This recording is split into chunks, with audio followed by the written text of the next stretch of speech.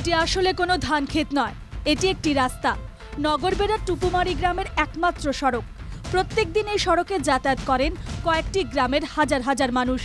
এই সড়কে যাতায়াত করে হালকা যানবাহনও, কিন্তু বর্ষা এলে এই সড়ক চলাচলের অনুপযোগী হয়ে ওঠে।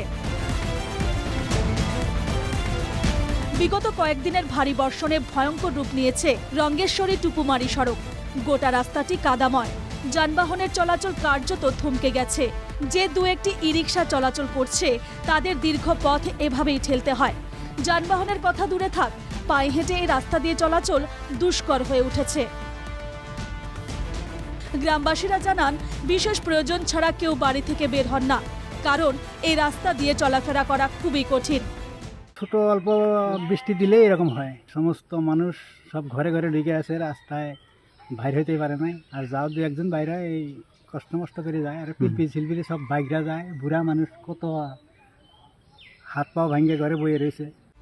গ্রামবাসীরা জানিয়েছেন, বেহাল সড়ক সংস্কারের জন্য তারা অনেকবার বিধায়ক নন্দিতা দাস এবং স্থানীয় প্রশাসনের সঙ্গে যোগাযোগ করেছেন, কিন্তু কোনো লাভ হয়নি।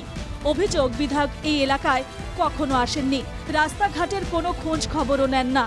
সরকারে তো কিছু করে নাই আমাদেরকে, আমরা মানুষ নাকি, আমরা তো এটা ভাবতে পারি না। এমএলএ বাইদেও, আমার নন্দিতা বাইদেও দেখেতে তো এতে নাহেই, যেখানে করা লাগছিল সেখানে তো করে না, আর খবরও নেয় না।